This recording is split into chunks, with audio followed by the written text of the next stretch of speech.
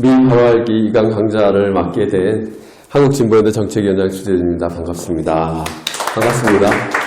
예, 온라인에 참여하신 여러분들에게도 반갑다는 인사를 드리겠습니다. 제 순서는 이렇게 됩니다. 여러분 행복하신가요? 라고 해서 한국 사회를 좀 볼 거고요. 두 번째는 미국이 한국을 삼키다 어떻게 삼켰는지 좀 살펴보도록 하겠습니다. 세 번째는 전두환 정권과 직접 투자의 부분, 그리고 IMF와 미국 좀 보고요. 그 다음에 그 이후에 한국 사회 불평등 세습이 어떻게 고착화되었는지, 그리고 그것을 극복하기 위한 우리들의 방안은 무엇인지를 살펴보는 순서로 진행하도록 하겠습니다.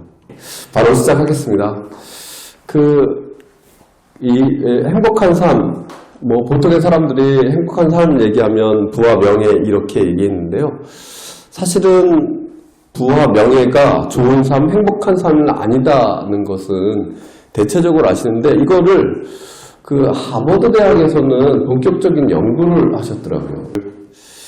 하버드 대학교에서 연구를 해봤는데요. 지난 1935년부터 75년 동안, 그러니까 35년부터 75년까지 굉장히 많은 사람들을 추적 조사를 했답니다. 그래서 700명 정도를 추적 조사를 했더니 결과가 행복한 삶이 돈과 명예와 연결되지 않는다라는 결론을 얻게 됐고요. 이게 네 번째 총괄 책임자 로버트 윌딩거가 밝힌 사실입니다. 그래서 이 밝힌 사실이 크게 한 사회 개인과 사회가 행복하기 위해서는 첫 번째는 경쟁하지 않고 서로 어울려 살며, 두 번째 생계가 아닌 자아 실현을 위해서 노동하고, 세 번째는 존엄한 삶과 안전한 삶을 유지되어야 한다는 것이었습니다. 그런데 한국 사회는 이렇게 되나요? 끊임없이 1등부터 4,500만 명 저 끝에까지 경쟁을 시키고, 그 다음에 생계를 위해서 끊임없이 노동되고 거기에 박탈되고 밀려나고, 그러니까 당연히 안전하고 존엄한 삶이 있을 수 없는 상황이 됐습니다. 우리 사회가 왜 이렇게 됐냐는 것을 좀 살펴보기 위해서는 우리가 어디까지 와 있는지를 좀 살펴볼 필요가 있습니다. 한국 사회는 2018년에 30, 50 클럽에 들어간 나라입니다. 인구가 5천만 이상이고 국민소득이 3만 달러 이상일 때 30, 50 클럽이라고 하는데요. 이게 전 세계적으로 지금 7개 나라, 우리나라가 이제 7번째로 들어갔는데요. 굉장히 경제적으로는 30, 50 클럽에 들어갈 정도로 잘 살고 있고요. 다른 한편 이게 2019년, 20년에 조사한 결과인데요. 민주주의 다양성 인구 스웨덴에 있습니다. 거기에서 한국이 민주주의 국가 순위에서 이 7개 30, 50 클럽에서 1등을 했습니다.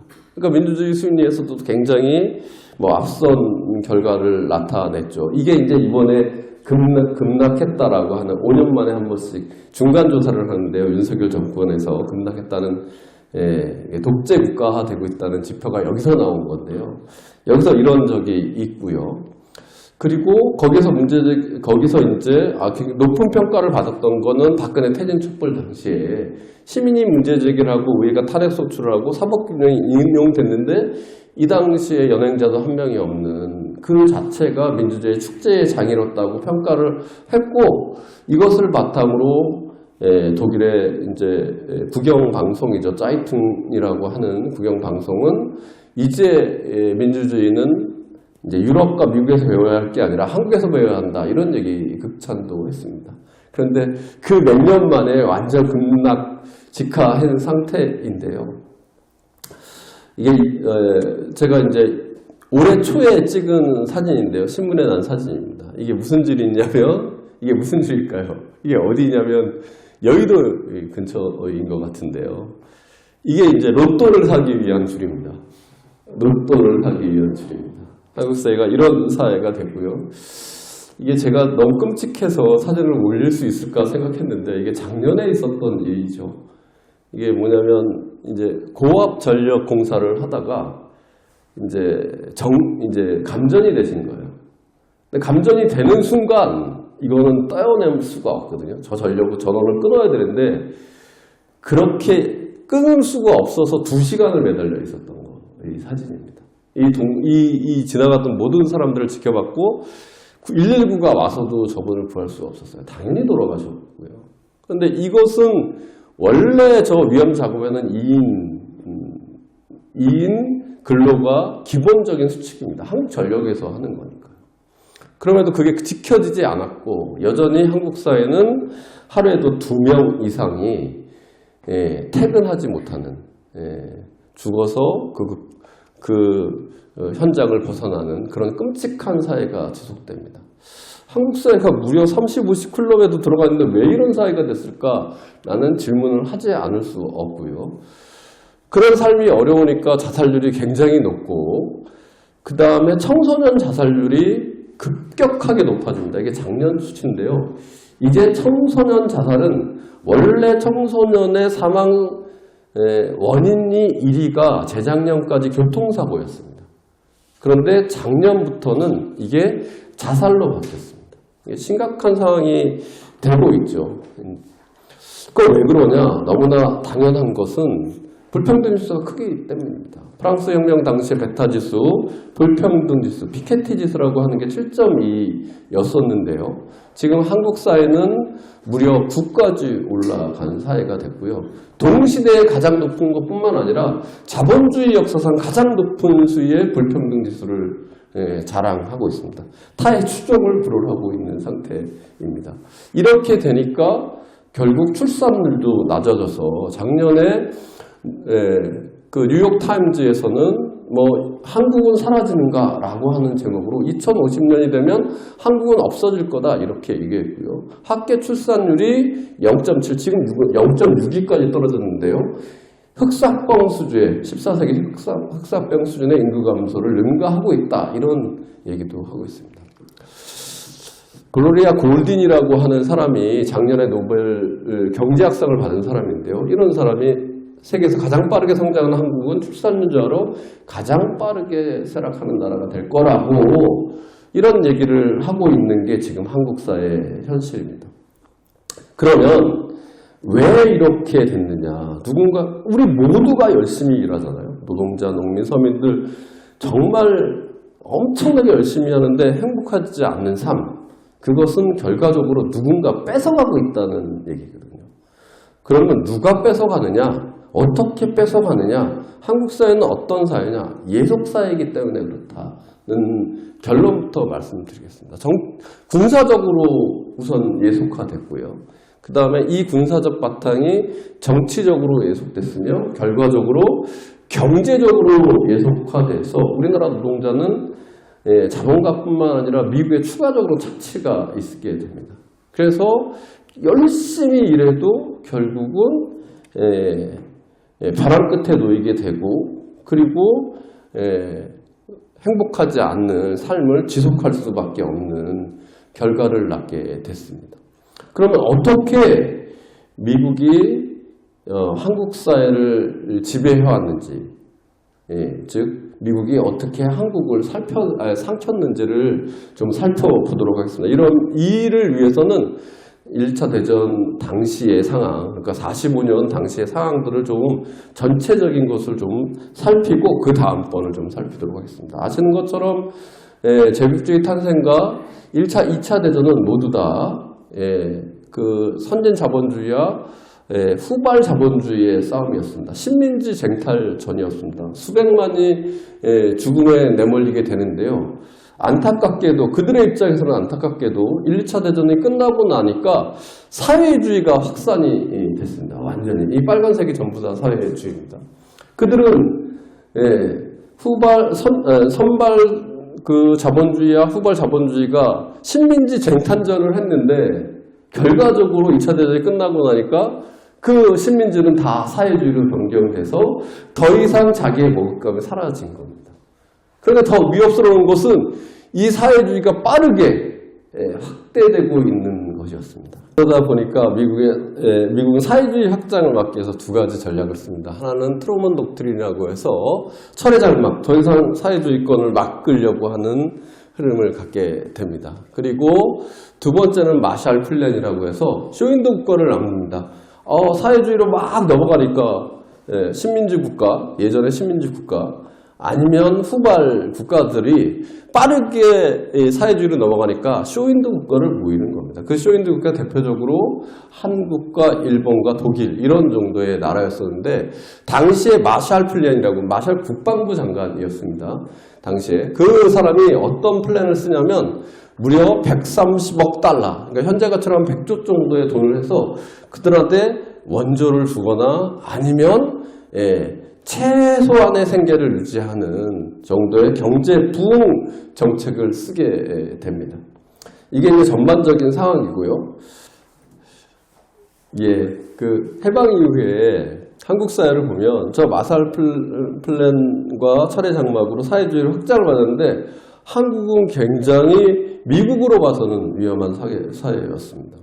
사회주의를 막으려는 최전선에 한반도가 놓여 있었는데 한국 사회는 당시에 여론조사에 따르면 동아일보의 45년의 여론조사인데요. 사회주의가 무려 70%를 다요. 지향하는 사회가 당시에 여론조사가 이게 이제 사진가 도표로 보는 한국 현대사 서중섭 교수의 거기서 따왔는데요. 거기에 자료에 따르면 이런 겁니다. 너무나 당연하게 당시에 독립운동을 했던 모든 사람들이 사회주의를 원하고 있었기 때문에 사회주의는 당시에 어떤 모델이었습니다. 대다수의 국민들에게는. 그러니까 미국으로서는 한국이 사회주의로 넘어갈 수 있어? 이런 굉장히 그 위협감을 느낄 수 있겠죠. 그러니까 당연히 인민위원회와 건국준비위원회, 당시의 독립운동가 또는 독립을 지향하던 사람들이 만들었던 인민위원회와 건국준비위원회를 다 불법화하고요. 그 다음에 바로 메가더의 프로그램을 통해서 점령을 진행하기 시작합니다. 너무나 당연한 거고요. 점령의 첫 번째는 내 명령을 따르라는 거였습니다. 따르지 않으면 처벌하겠다는 거였고요. 그 첫 번째 수순이 적산을 다시 강탈하는 거였습니다. 당시 인민위원회, 건국준비위원회에서는 그 인민위원회가 당시에 일제가 두고 간 공장, 이거를 자주 경영을 통해서 이어갔는데 3, 4개월 이상을 이어갔는데 이것을 모두 강제 탈취를 하게 됩니다. 미군정의 만행이죠. 그리고 이제 정치적으로 이것을 잡기 위해서 반탁이니 찬탁이니 이런 논란을 벌입니다. 사실은 미소 공동위원회에서 여러분들 아시는 것처럼 미국 루즈벨트는 3, 40년 정도 수탁 통치를 해야 된다고 주장했고요. 소련은 즉각 임시정부를 수립해야 된다고 주장을 했습니다.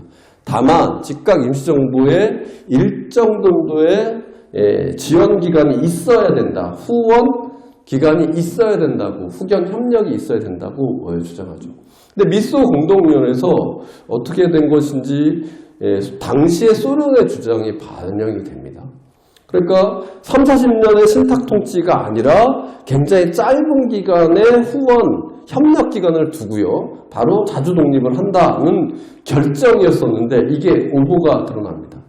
오보로 한국 사회는 잘못 알려졌죠. 당시에 오보의 사진이 동아일보에서 나왔는데요. 여기에 보시면 미국은 즉시 독립을 주장하고 소련은 신탁 통제를 주장했다. 이게 완전히 거꾸로 된 결과를 낳게 되죠. 이 이유는 명확합니다. 동아일보의 김성수 사장이 친일파였고 그 둔갑이 필요했기 때문에 미국과 한국 사회의 그 미국의 예속 체제를 동의하는 사람들로부터 만들어진 겁니다. 그리고 여러분들 아시다시피 친일 성산이라고 하는 당신의 국민적 요구는 묵살되고요. 이승만에 의해서 반민특위는 해산되고 그 다음에 단 한 명도 처벌받지 친일 세력을 단 한 명도 처벌하지 못합니다. 여러분들 아시다시피 프랑스는 3년 지배를 받는데 당시에 10,000여 명을 직결처벌을 하거든요. 근데 우리나라는 35년을 지배받는데 한 사람도 처벌하지 못합니다. 가장 많이 처벌한 사람이 9.7일이었습니다. 그러니까 이 당시에 그 암살에서 나왔던 그 밀정이 참 살기 좋은 세상이다 이런 얘기를 하게 되는 것이죠. 그 뿌리가 지금까지 이어집니다. 김경혜라고 하는 사람이 누구냐면 이 부천의 성고문 사건 그리고 87년 6월 항쟁의 이 검사였던 사람인데요. 저 사람의 아들이 누군지 아세요? 김태호입니다. 김태호. 예, 김태호입니다. 김경혜가 가장 존경했던 사람이 김기춘이라고요. 김기춘가 가장 존경했던 사람이 신직수입니다. 신직수는 여러분들이 아시는 것처럼 이 사구재단, 그러니까 사구재단이 저거였죠. 통역당이 아니고 하여튼 신직수가 기억이 잠깐 안 나는데 하여튼 신직수가 사구재단 어디죠? 혹시 기억나시는지 조금 이따가 생각해 낼게요. 그렇게 하고요. 그 신직수가 가장 존경했던 사람이 오제도라는 사람입니다. 오제도는 국가보안법을 치안유지법이라고 하는 일제의 법원을 이름만 바꿔서 국가보안법으로 만들고 당시에 국회 프락지 사건을 만든 사람이 오제도입니다. 그러니까 이 사람이 일본에서의 또 검사보 역할을 했거든요. 일제시대에 조선인이 검사보 역할을 한다는 건 엄청나게 독립군을 때려잡았다는 얘기입니다. 그러니까 이렇게 오제로부터 신직수, 김기투로부터 김경혜, 김태호까지 지금 김태호가 중요한 건 일본의 마음이다 이렇게 해가지고 뉴라이트의 핵심 인물이지 않습니까? 이렇게 내려가고 반민특위를 훼손하게 만들었던 노독슬이 가장 총애했던 사람이 박처원입니다. 박처원이는 혹시 누군지 아십니까? 87년 6월 항쟁 때 탁침을 억하고 했다는 그 사람, 실존인입니다.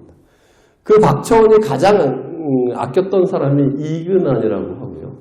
이근한의 후손이 지금 김순호입니다. 김순호는 윤석열 시대의 초대 경찰국장 했던 사람입니다.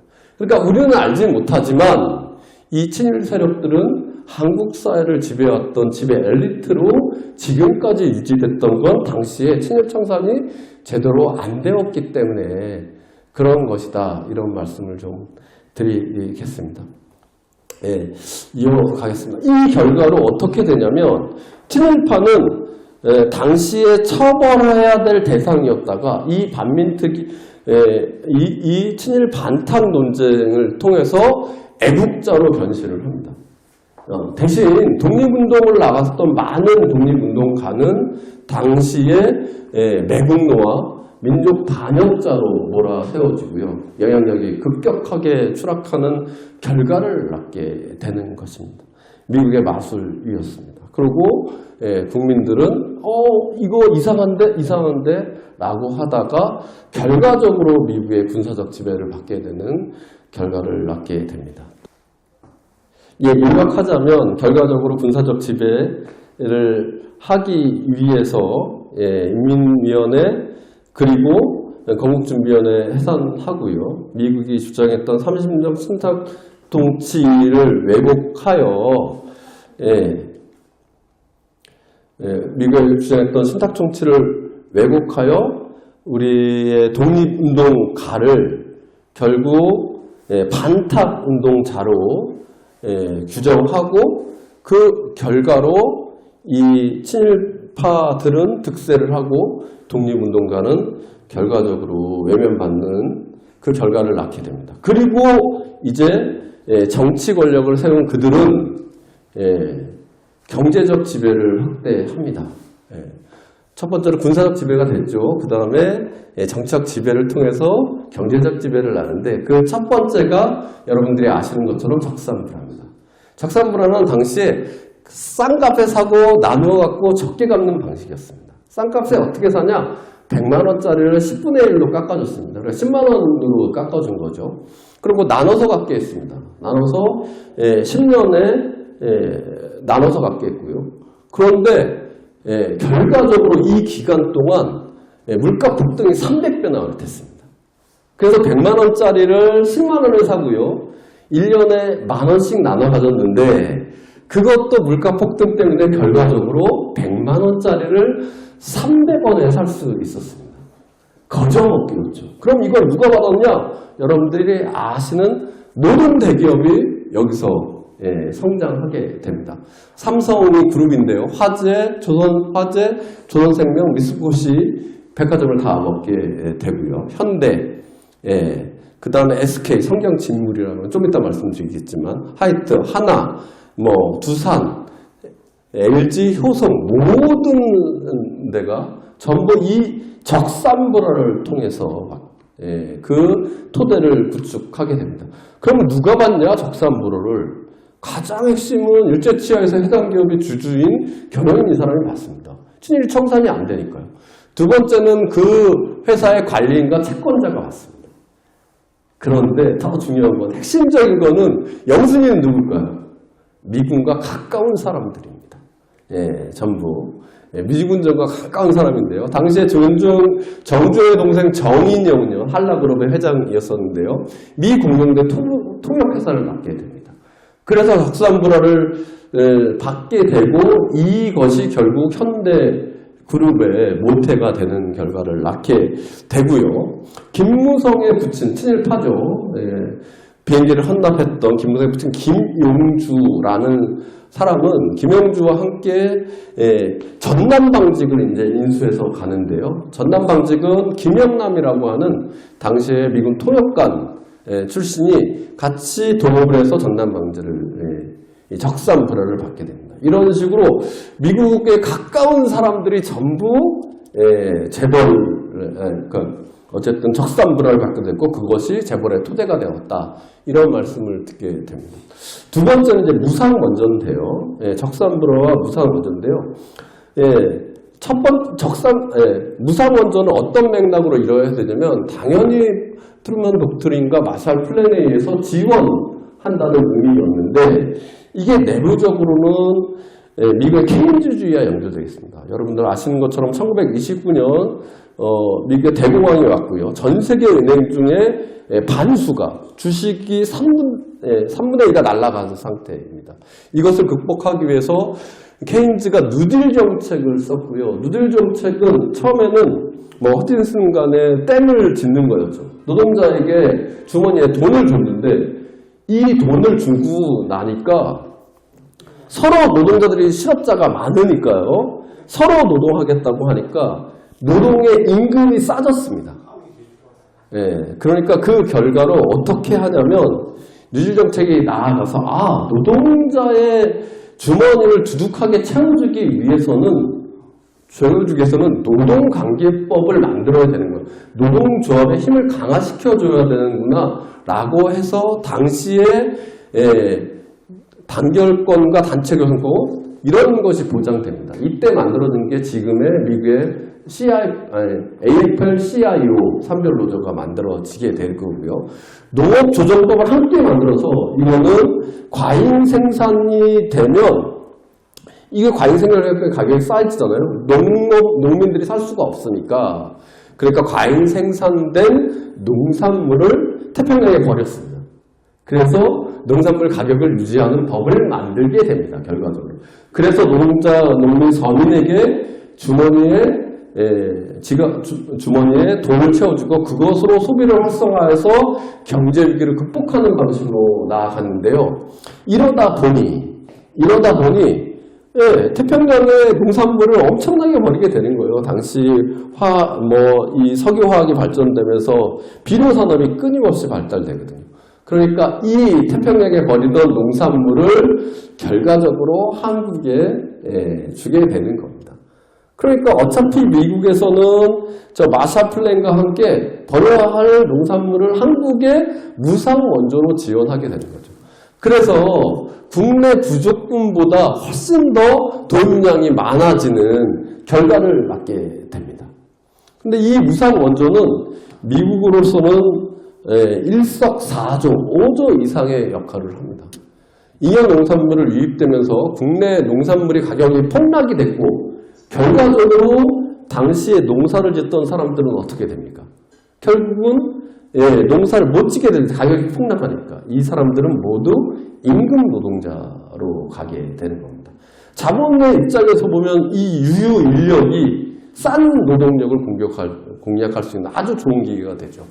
두 번째는 300산업을 통해서 우리나라 농업을 결국 말살시키게 되는 결과를 낳게 됩니다. 세 번째는 이것을 수입하는 사람들에게 결국은 자본적 축척, 원시적 축척이 가능하게 됩니다. 그래서 원조를 수레받기 위해 최고의 방명풀이라고 얘기를 합니다.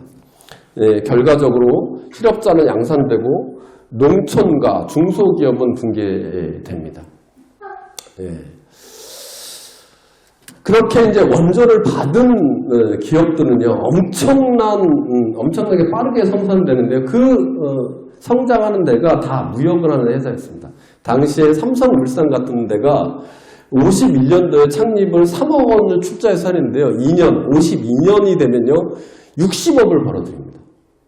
그러니까 적산불화로 만들어진 회사가 이런 기회를 통해서 굉장히 급성장하는 결과를 낳게 된다는 겁니다. 그리고 이제 마지막으로 적산불화와 무상원조와 마지막으로 이제 농지개혁을 통해서 미국의 원하는 바를 완전히 얻게 되는데, 농지개혁은 왜 시작됐냐면 1945년도에 북측에서는 굉장히 빠르게 농지개혁을 통해서 당시의 소장농의 꿈을 실현합니다. 소장농의 당시에 이제 자장농을 원했으니까요. 그리고 소출이 급격하게 상승합니다. 그것이 이제 북의 해방 후에 빠른 성장을 갖게 하는데, 이런 요구가 남한에 알려지니까 남쪽의 농민들도 우리는 왜 안 해? 이렇게 되는 거죠. 근데 시작부터 늦었는데 48년부터 시작했는데 결과적으로 50년의 전쟁이 있었고, 끝나는 시점은 실제로 시작된 것은 53년, 나아가서 마무리되는 시점은 57년에나 마무리됩니다. 그런데 이것도 이게 무상원조 무상분배가 아니라 무상으로 나눠주는 것이 아니라, 이 파는 사람에게는 집과 증권, 그러니까 뭐 수표를 나눠줬고요. 사는 사람에게는 그 소장농이겠죠. 이런 사람에게는 평년장의 1.5배로 5년간 상환하게 됐습니다. 그런데 이 사람들이 상환할 수 있었을까요? 아까 뭐라 그랬어요? 농산물 가격이 폭락했다 그랬잖아요. 그래서 도시를 떠나는데 이 사람이 어떻게 상환을 할 수 있겠어요? 그러니까 결과적으로 농지 분배율이 거의 38%로 떨어지는 결과를 낳게 됩니다. 농지개혁은 결과적으로 엄청나게 실패를 했고, 그럼 누가 이득을 얻었냐? 지주들도 물가 상승 때문에 집가를 팔았어요. 집가를 팔았는데 이게 완전히 이게 똥값이 될 것 같으니까 실제로 돈을 못 받고 다 거의 부동산표가 됐습니다. 그러니까 대농을 제외하고는 그 땅을 가진 지주들도 결과적으로 이 수표가 부도수표가 될 수밖에 없었고요. 그럼 그 수표를 받은 사람은 누구냐? 상인과 자본가입니다. 그러니까 원시적 축척에 첫 발을 들인 결과를 낳게 됩니다. 그리고 소작농은 완전히 이제 농업을 포기하고 임금 노동자로 전락하는 결과를 낳게 됩니다. 결과적으로 이 말씀, 적산불화와 원자, 잘못된 농지개혁으로 원시적 화폐 불의 축적이 가능해집니다. 역으로 말해서 농촌파가 되고 잘못된 농지개혁을 통해서 광범위한 농민들이 임금 노동자층으로 형성되면서 싼 노동의 토대를 구축하는 결과를 낳게 된다.